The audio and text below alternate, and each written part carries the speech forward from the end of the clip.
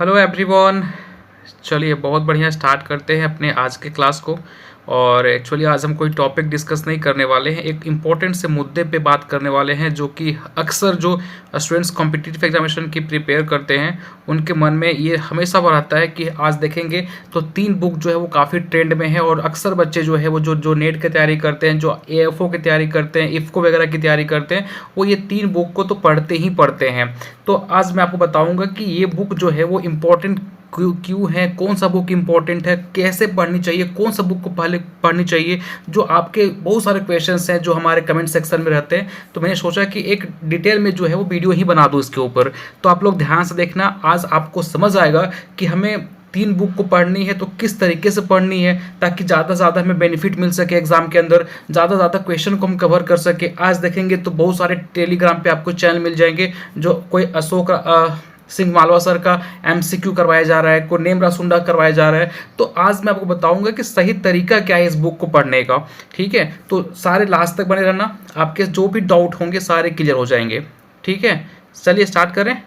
चलिए बहुत बेहतरीन। सबसे पहले अब मैं बात करूंगा अरुण कात्यायन बुक की। ये सब मैं आऊँगा थोड़ा देर में, बट हम चलते हैं सबसे इम्पोर्टेंट और लास्ट बुक जो है हमारा अरुण कात्यायन की।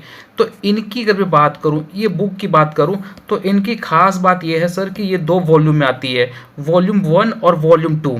ठीक है, जहाँ पे आप देखेंगे तो ये वॉल्यूम 1 के अंदर कवर करते हैं agronomy, soil science, metrology, extension, economics और फार्म मैनेजमेंट।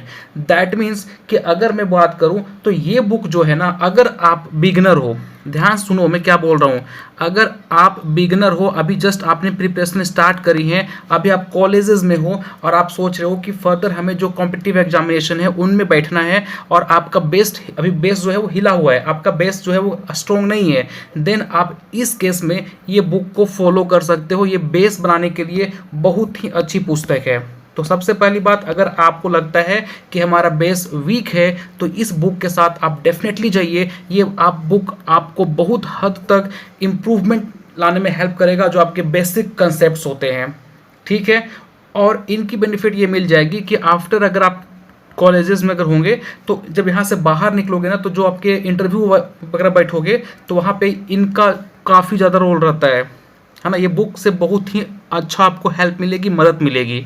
ठीक है, तो ये बुक अगर आप बिगिनर हो तो इसके साथ आप चाहिए। सबसे पहले आप ये अरुण कात्यायन बुक को पढ़ डालिए, अगर कॉलेज में है तो एकदम पढ़ डालिए, वॉल्यूम 1 और वॉल्यूम 2। ठीक है, लगभग ये सब्जेक्ट आपको कवर करते हुए दिख जाएंगे। वॉल्यूम 2 के अंदर आपको ये सारे सब्जेक्ट जो है वो देखने को मिलते हैं। तो कहने का मतलब ये हुआ कि अगर आप बिगिनर लेवल पे हो, बेसिक आपका बहुत ही वीक है, तो आप इस बुक के साथ जाइए, डेफिनेटली आपका बेस जो है वो इम्प्रूव होगा।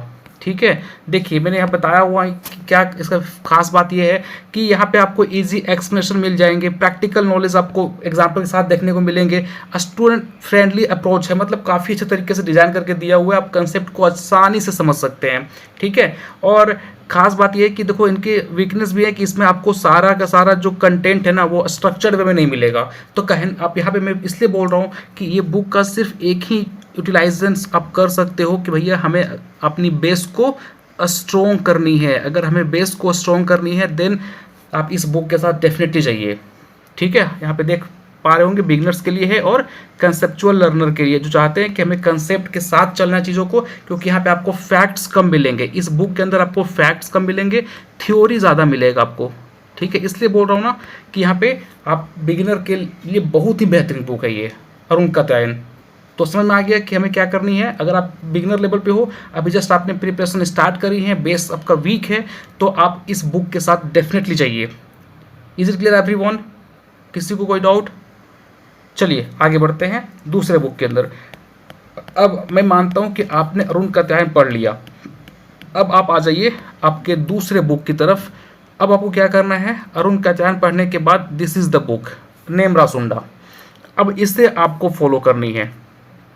आपको 3 बुक तो पढ़ने पड़ेंगे, एटलीस्ट आपको 2 बुक तो पढ़ना पड़ेगा गाइस। एक अरुण कात्यायन अगर आपका बेस वीक है, दूसरा अगर आप चाहते हो कि आपने जो पढ़ा है, क्योंकि आपका बेस अब स्ट्रॉन्ग हो गया, अब आप चाहते हो कि थोड़ा सा सर हम एग्जामिनर के लेवल तक चले जाएं, जो आपके एग्जाम में क्वेश्चन आते हैं, फैक्ट्स वगैरह जो है वो कवर करें, हम काफ़ी डिटेल में थोड़ा सा चीज़ों को पढ़ना स्टार्ट करें, तो आप फिर इस बुक को परचेस कर लो, है ना। नेम रासुंडा बहुत ही अच्छी बुक है, इसको एग्रीकल्चर का बाइबल माना जाता है। मतलब अगर आप इस बुक को पढ़े नहीं हो तो बहुत बड़ा बवंडर मिस्टेक आप कर रहे हैं मेरे भाई, क्योंकि ये बुक रियली में एग्रीकल्चर की बाइबल है। इसलिए देखोगे सबसे ज़्यादा सेल होती है इनकी, है ना।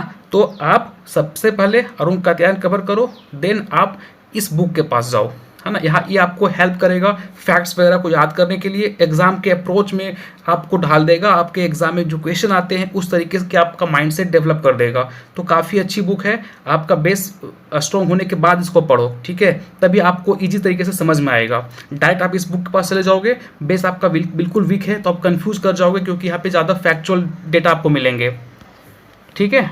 तो काफ़ी अच्छा है ये बुक, है ना। इनकी खास बात मैं बताया मैंने आपको, ये डीप अब थोड़ा और डेप्थ में चला जाएगा, ये अरुण कात्यायन से डेप्थ में चला जाता है, एग्जाम ओरिएंटेड लेके चलेगा, डिटेल एक्सप्लेनेशन भी मिलेंगे आपको विथ फैक्ट्स। बट आपका बेस वीक होगा तो ये एक्सप्लेनेशन आपको समझ नहीं आएगा, ठीक है।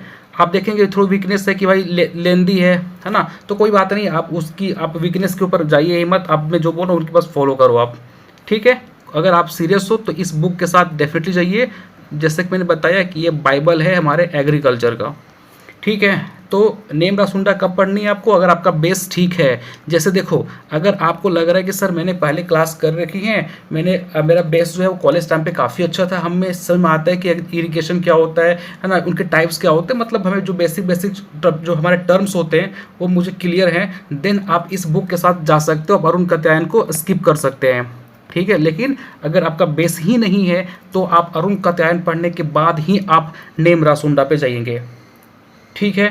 समझ आ गया। हाँ डेफिनेटली जिसका बेस वीक है वो आप अरुण कात्यायन के पास जाओ। मैं बार बार बोल रहा हूँ, बार बार इसलिए बोल रहा हूँ क्योंकि भाई डायरेक्ट बच्चे करते हैं नेम रासुंडा भाई कहाँ से पढ़ा, नेम रासुंडा से पढ़ा, खरीद लिया नेम रासुंडा, अब रटे जा रहा याद ही नहीं हो रहा है। भाई मैंने देखा है बहुत सारे बच्चे को, मैंने देखा है कि भाई उरटे जा रहे हैं, याद ही नहीं हो रहा है, उसको बेस ही वीक है, क्या समझ में नहीं आ रहा है कि ऐसे ही क्या पूछ दिया, क्या बल्ला है। तो ये कहाँ से मिलेगा आपको, तो अरुण कात्यायन से मिलेगा, ठीक। चले, अब आपने ये दोनों बुक कवर कर दिया, अब ये 2 बुक कवर कर देंगे ना तो आप समझ लो कि अच्छे खासे लेवल पे, मतलब यहाँ से आप यहाँ पे पहुँच चुके हो। अगर आपने ये दोनों बुक को मल्टीपल टाइम्स रिवाइज कर लिया है तो, है ना, ऐसा नहीं केवल पढ़े जाना है, पढ़े जाना नहीं, आपको 4 to 5 बार पूरे बुक्स की रिवीजन करनी है। आपने पूरी बुक की रिवीजन कर ली तो आप यहाँ यकीन मानो आप यहाँ से इस लेवल पे पहुँच जाएंगे। आपके मैक्सिमम आपके मॉक टेस्ट भी लगा, अगर मेरी बात पे आपको यकीन नहीं है ना तो आप मॉक टेस्ट लगा के देख लेना। आप जिस दिन अरुण कात्यायन को पूरा पढ़ लिए, नेम रासुंडा पूरा पढ़ लिए, आप मॉक टेस्ट लगा के देखो, 70 में कम से कम आपको 60, 55 इस तरह के नंबर, आपके नंबर आना स्टार्ट हो जाएंगे, ठीक है। समझ में आ गया।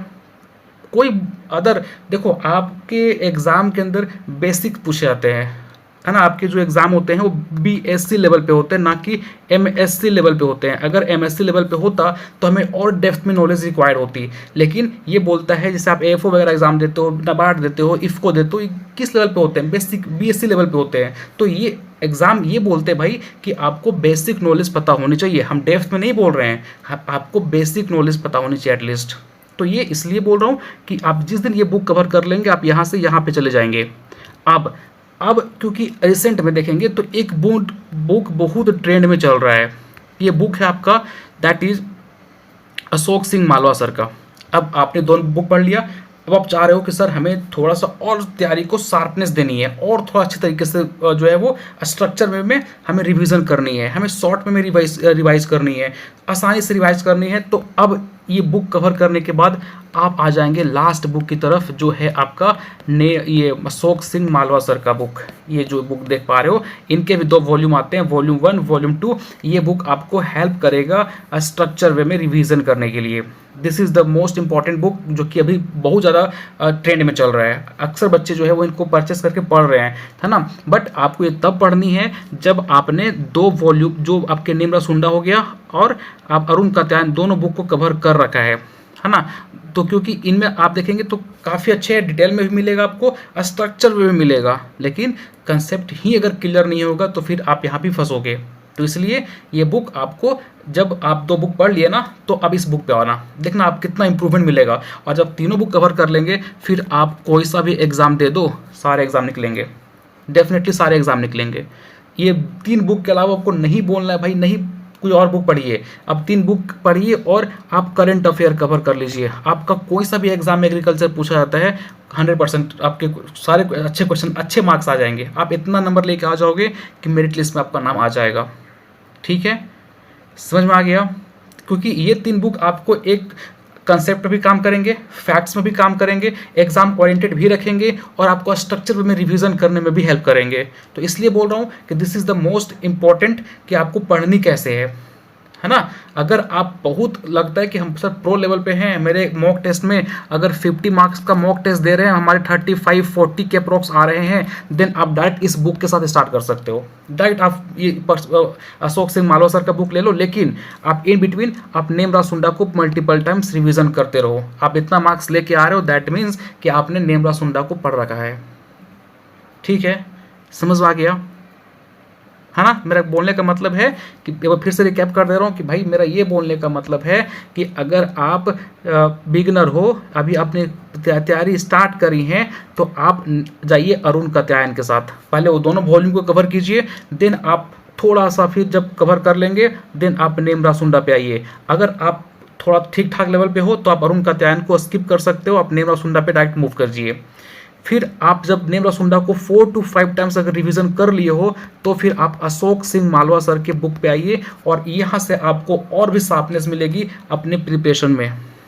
ठीक है, तो होप सो गाइज आपको समझ में आया होगा कि हमें किस तरीके से इस बुक की यूटिलाइजेशन करनी है। तीनों बुक ही बेहतरीन बुक है, नो डाउट। मैं ऐसा नहीं बोल रहा कि ये बुक अच्छा ये खराब है, नहीं, तीनों बुक ही बेहतरीन है। आप किसी भी जो आपके पड़ोसी आसपास के लोग अगर एफओ वगैरह जो क्वालिफाई किए होंगे, आप उनसे पूछना, ये बुक पढ़े ही पढ़े होंगे। आप बिहार बीओ की बात करते हो, आप बिहार बीओ में देखना लगभग अच्छे खासे क्वेश्चन आपको नेम रासुंडा और ये इनसे देखने को मिले थे। अच्छे अच्छे कोचिंग के नोट से क्वेश्चन ही नहीं आए थे। कहाँ से आए थे? यहीं से आए थे सर, अशोक सिंह मालवा सर से आए थे और आपके नेम रासुंडा बुक से आए थे।